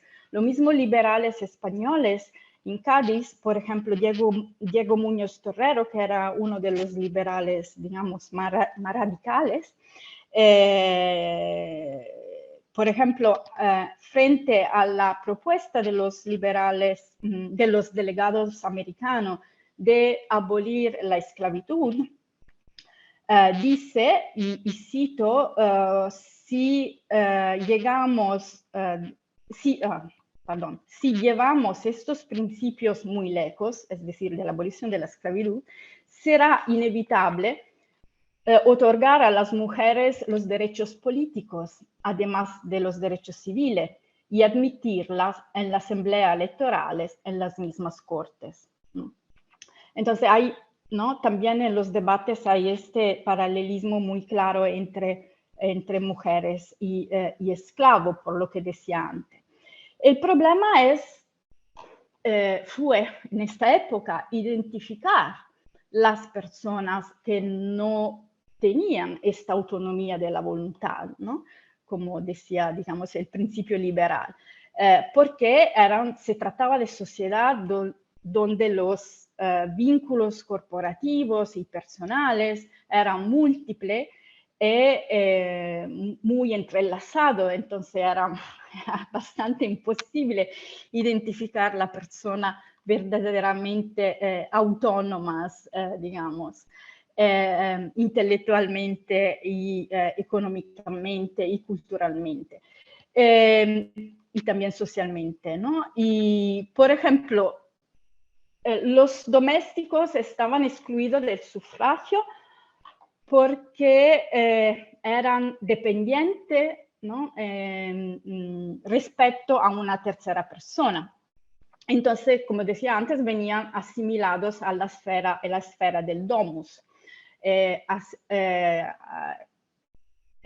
decir, a la casa y a la familia patriarcal.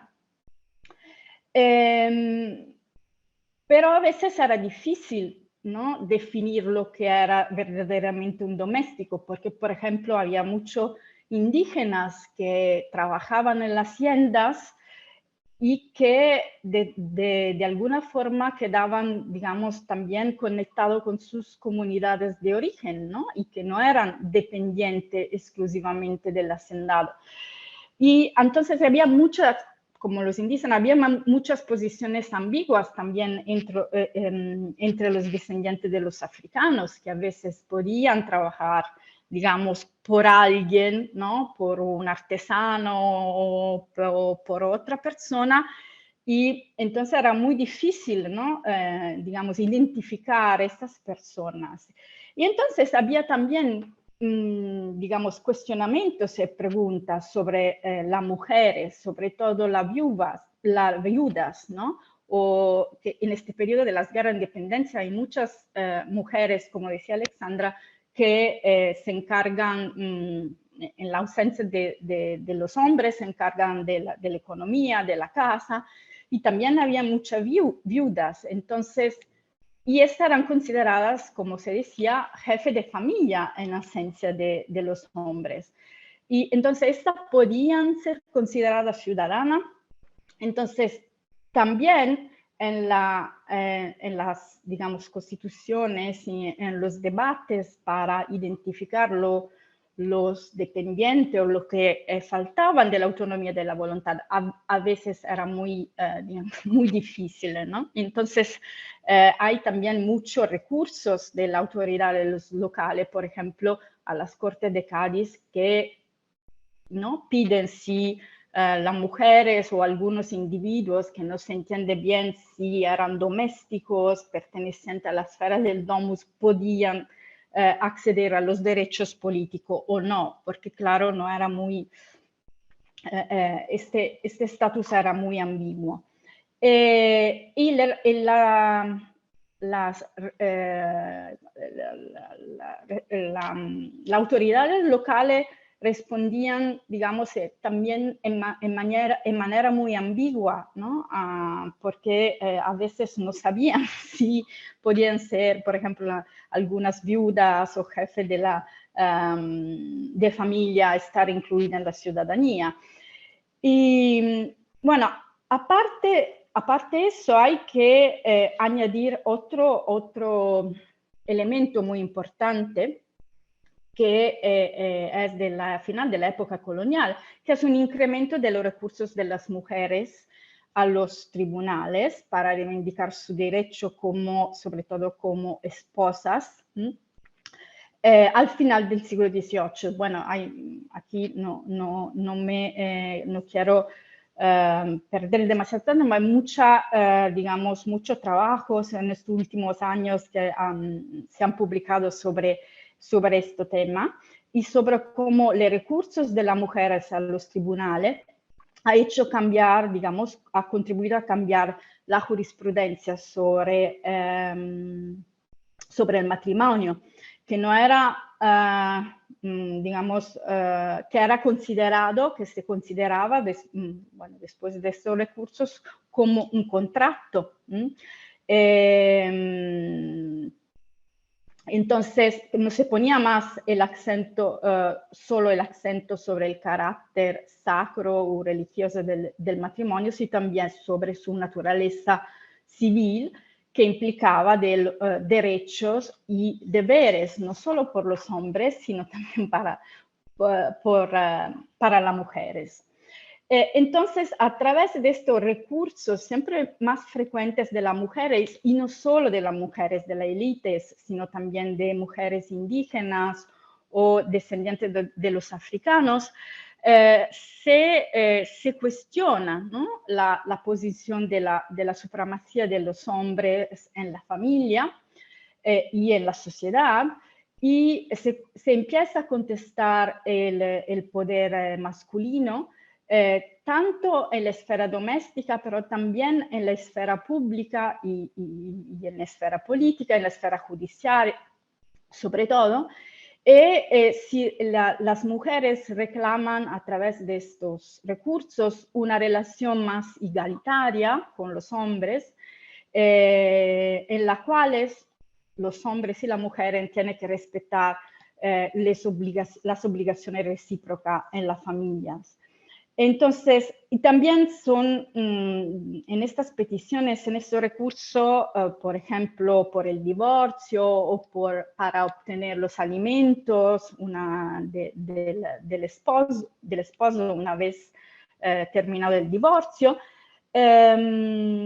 se utilizan muchos términos como tiranía, despotismo. Otra vez hay un paralelismo entre mujeres y esclavas, es decir, que las mujeres mismas se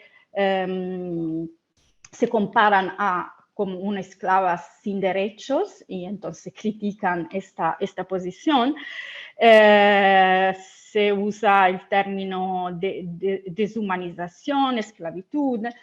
Entonces, el uso de este término no es solo así simbólico, pero sino también digamos, una crítica muy fuerte en contra de la autoridad patriarcal. Y también una apropiación de las mujeres del lenguaje del derecho natural. Entonces, este uso, ¿no?, de los términos tiranía y derecho natural es muy fuerte y muy importante en esta época. Y porque, digamos, las mujeres empiezan a ser reconocidas como titulares de derechos naturales, ¿no? Y, por ejemplo, ¿no?, el derecho a la separación sin el consentimiento de la Iglesia, o el hecho de pedir alimentos, entonces recursos financieros a los ex esposos. También la posibilidad, por ejemplo, de nominar sus, digamos, intermediarios, sus abogados en los tribunales, ¿no? Entonces, esto es muy importante porque el amplio recurso de las mujeres digamos, a los tribunales al final de la época colonial demuestra que la lucha por la reivindicación de derecho y también de derecho que podemos digamos, definir de ciudadanía, empiezan, digamos, al final de los imperios, ¿no? Antes de transformarse en revoluciones contra los imperios. Entonces, esto explica en buena parte el estatus, como decía antes, el estatus, digamos, de incertidumbre de las mujeres durante, digamos, las independencias, durante la época de la aplicación de la Constitución de Cádiz de 1812, pero también de la aplicación de otras constituciones, porque en estos textos no había una exclusión clara y muy neta de las mujeres de los derechos de ciudadanía. Es verdad que se utilizaba, que todo, digamos, el lenguaje de la Constitución era declinado al masculino, porque las condiciones para ser reconocido como ciudadano era, por ejemplo, y cito la Constitución de Cádiz, que influencia también las otras constituciones, ser un hombre libre, vecino, padre o jefe de familia, con una casa y de rentas sin alguna dependencia de alguien más, ¿no? Y aquí vuelve también esta noción de dependencia de la que hemos hablado antes, pero como decía, no hay una clara exclusión y el término de vecindad, como sabemos, remite a digamos, a unos valores muy locales, porque son valores, digamos, ligados a la reputación de las personas. Entonces, la ciudadanía, como decían antes, no era definida del alto, pero sino delegaba mucho, digamos, a las comunidades locales, delegaba a las comunidades locales la posibilidad de identificar, digamos, lo que era ciudadano de los que no lo eran. Y como decía, hubo varios recursos, por ejemplo, de las autoridades locales a las cortes para preguntar si las mujeres podían tener derecho de voto, ¿no? Y, por ejemplo, uno de este recurso es de la Audiencia de Quito, y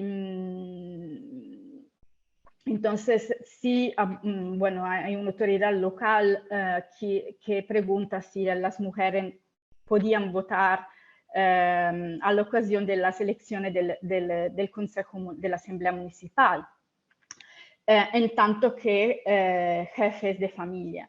Y las autoridades de la audiencia contestaron que a esta pregunta contestaron que los hombres podían votar como individuos y no como jefe de familia, y que por consecuencia las mujeres, aunque si eran jefes de familia, no tenían el derecho de voto. En realidad, esta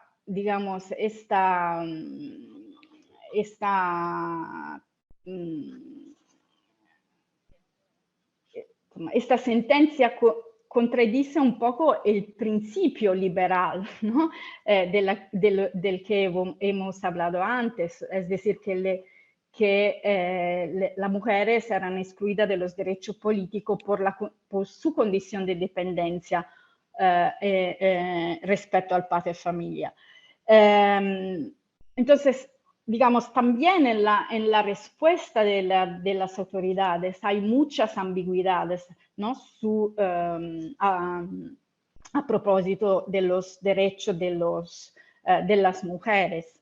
Y entonces explica también por qué a veces se encuentran mujeres, nombres de mujeres, en los registros electorales de esta época, ¿no? Porque, claro, no era claro si estaban excluidas o menos. Y, por ejemplo, otra traza de la intervención de las mujeres, de los derechos políticos de las mujeres La tenemos, por ejemplo, en Chile, en 1818, en la independencia de Chile. Algunas mujeres, 11 mujeres, firman los registros que ratificaban la Declaración de Independencia de Chile en 1818, ¿no?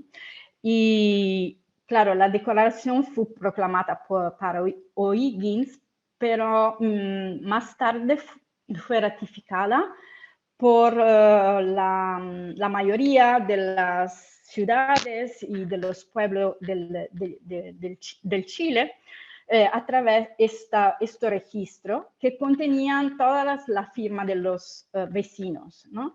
Entonces, en algunos casos, como el de Tlalca, al sur de Santiago, el registro incluía la firma de 11 mujeres, ¿no? Y entonces también aquí se ve que, bueno, estas, como decía Alexandra antes, eran consideradas ciudadanas y ninguno se ha opuesto al hecho de que las mujeres, ni las autoridades locales ni las autoridades centrales en Santiago, hubieran firmado el registro electoral de los, digamos, de los otros vecinos y ciudadanos, ¿no?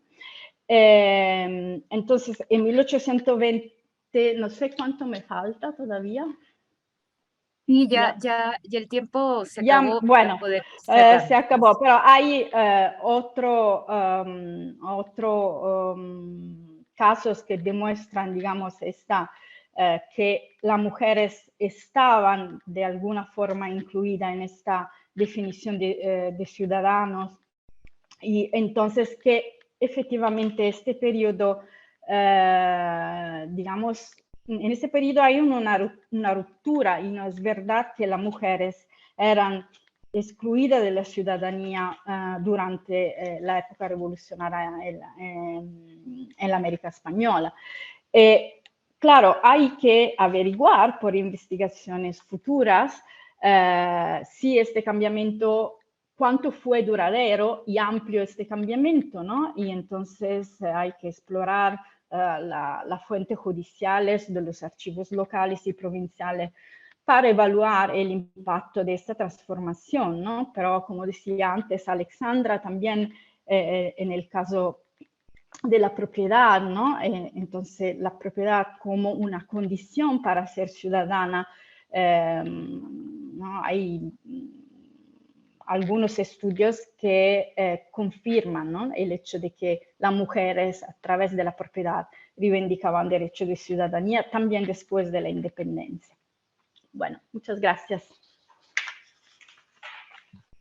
Bueno, muchísimas gracias, Federica. Excelente. Creo que los tres paneles fueron muy precisos. Se discutió, bueno, todo el espectro histórico de las mujeres y su inserción en el espacio público. También un poco hicimos un recorrido de esa construcción de las mujeres, tanto en este contexto de independencia y también ahora esa inserción de las mujeres en el espacio como parte de la ciudadanía, ¿no? Bueno, voy a dar la palabra para 3 preguntas, ya el tiempo, digamos, establecido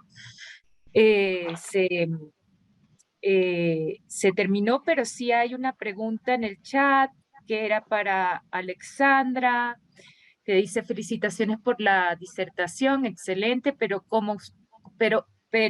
¿conoce usted como especialista estos detalles? ¿Considera que aún 200 años después falta esa visibilidad de las acciones de las mujeres en pro de los procesos independentistas? Gracias.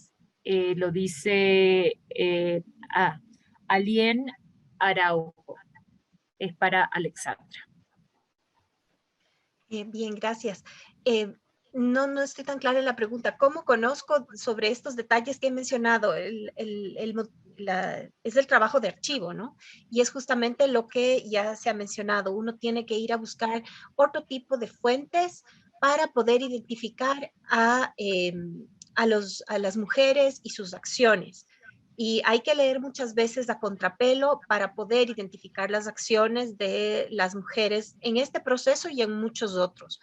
Ahora, ¿por qué es que las mujeres no han sido visibilizadas de mayor manera a lo largo de estos 200 años?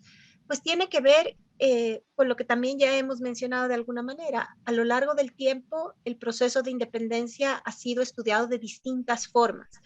Y en función de esa forma o de esa construcción de interpretación histórica es que se visibiliza o no se visibiliza a las mujeres. En realidad, eso, para explicar eso necesitaríamos otros 20 minutos más, pero así en términos muy, muy generales.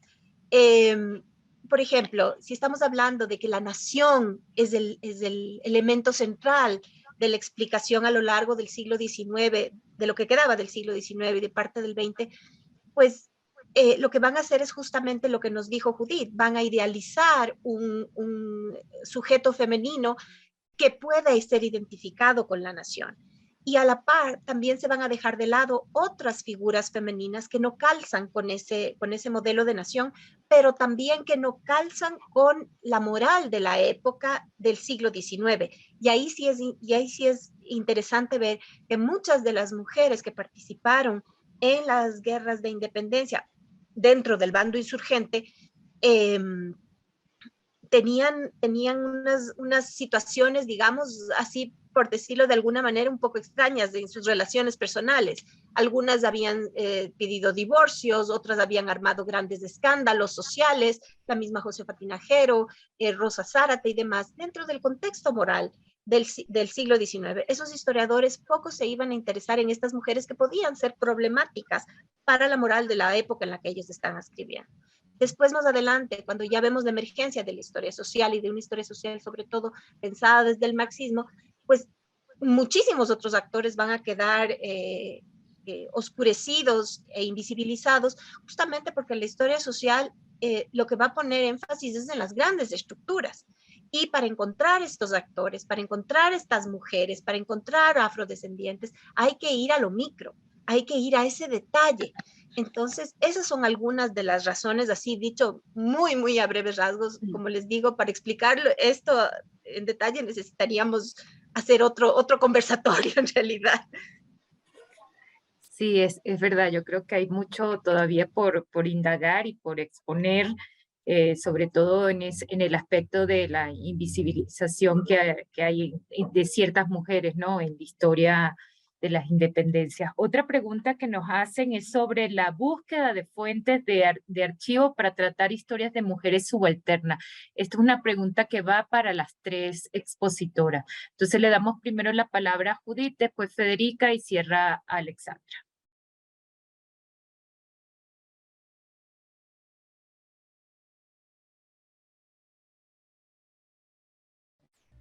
Bueno, en referente a lo que estaba diciendo la profesora Alessandra y a lo que están diciendo de las fuentes, claro, o sea, cada tiempo histórico trae también sus preguntas, ¿no?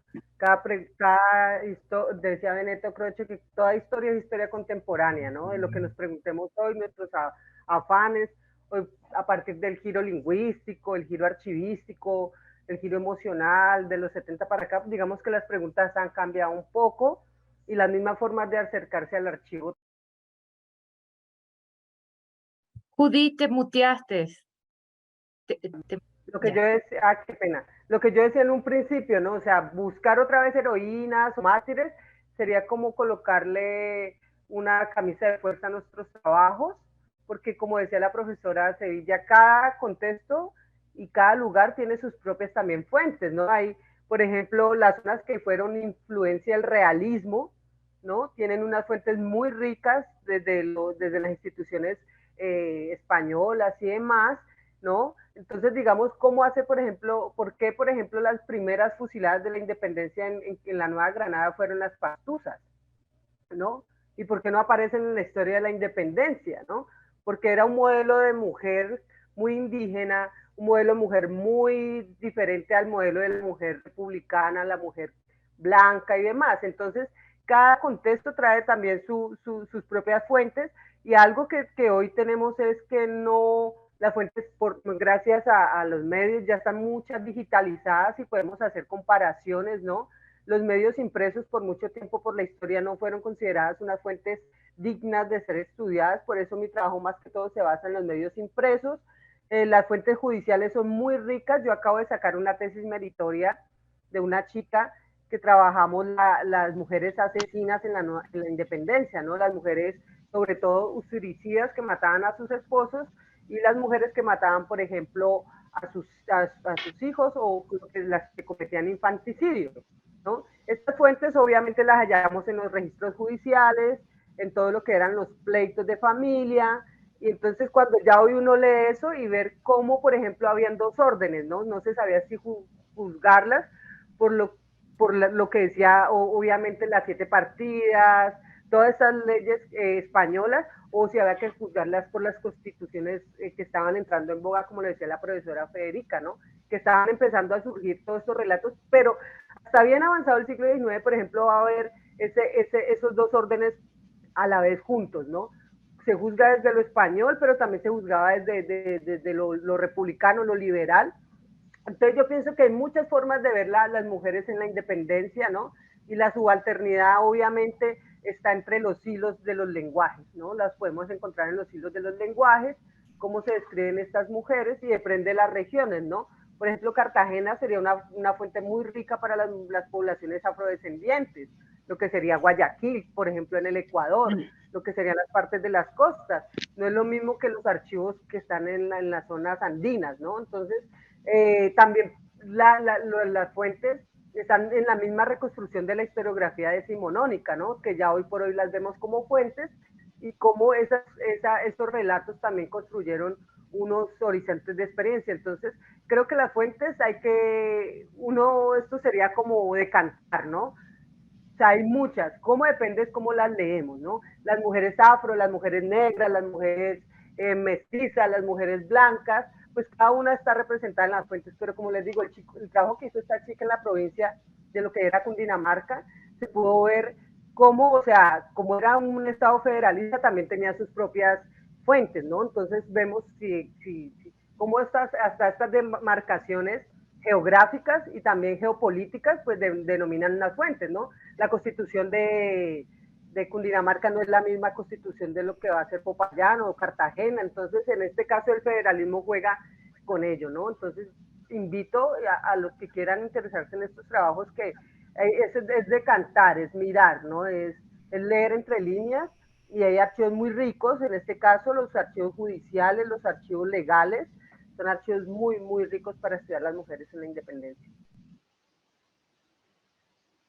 Muchísimas gracias, Judith. Federica. Sí, bueno, solo brevemente, como decía Judith, también hay, fuentes ya trabajadas por el historiador, pero que se leen con ojos diferentes, ¿no? Y con preguntas diferentes, y a lo mejor antes no se veían las mujeres y se pueden ver. Y también la otra cosa es que no limitarse, ¿no?, al hecho de que, como decía yo, la Constitución dice esto, y bueno, entonces habla de vecino y al masculino, entonces, claro, esto significa que las mujeres no tenían derechos. También desde el punto de vista formal, no, porque si uno va a ver, ¿no?, los recursos de las autoridades, que son también recursos judiciales, porque todo esto en este periodo no había todavía esta separación de poderes muy fuerte, y entonces también entra en el ramo judicial, porque era materia de justicia, pero estos recursos de la autoridad que no saben, ¿no?, que recurren, digamos, la autoridad local que recurre a la audiencia, o la audiencia que recurre a las cortes, ¿no?, para decir, bueno, pero no sabemos si esto tienen de verdad derecho o no, y entonces también leer la sentencia de estos recursos judiciales, ¿no?, porque, claro, tienen o no tienen derecho. Entonces, no pararse, digamos, a los documentos, ¿no?, más importantes, y bueno, porque, claro, era también otra época, no había una jerarquía de la fuente muy, digamos, muy fija como hoy, y entonces ir más abajo. Y también, como decía, todas las fuentes judiciales concernientes a los divorcios, ¿no? Que no son, digamos, exclusivas de las mujeres, pero bueno, los divorcios, temas como el adulterio, el concubinato, los conflictos entre padre e hijos para, digamos, las cuestiones matrimoniales, todo esto son muy importantes para resaltar también el papel de la mujer en la independencia de los derechos de las mujeres. También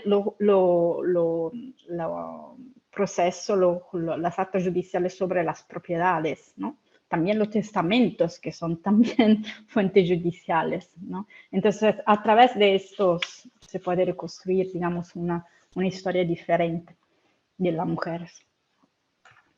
Muchísimas gracias. Me recordó mucho a un libro que escribió Mercedes Prieto justamente en investigación judicial de ciertos documentos de propiedades de indígenas, que creo que quienes están interesados pueden, no me acuerdo el nombre ahorita, pero pueden acudir a este libro, que son indígenas, mujeres indígenas ecuatorianas, y cómo de alguna manera los engañaban a través del lenguaje en estos procesos de notaría, y terminaban cediendo sus espacios y sus territorios a otras personas, ¿no? Es interesante eso. Alexander, entonces terminamos contigo.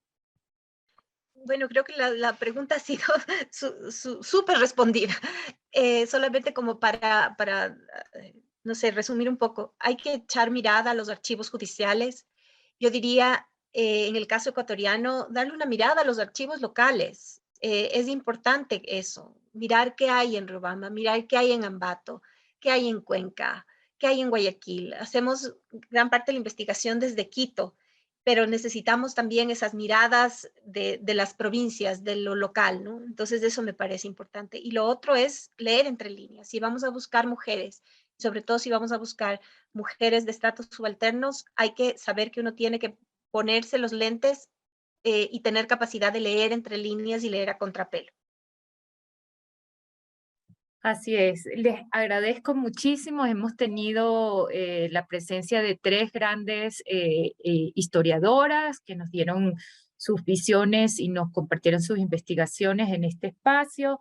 Creo que una de las conclusiones es que tenemos que seguir discutiendo esto en la academia, así que bueno, pronto volveremos a juntarnos para seguir abordando lo que quedó todavía por discutir y analizar, así que les agradezco a todas y a todos su presencia, muy especialmente nuestras tres panelistas. Nos honra muchísimo tenerlas aquí, a Federica que está desde Italia conectada, también muchísimas gracias, y bueno, Judith desde Colombia también te agradezco muchísimo.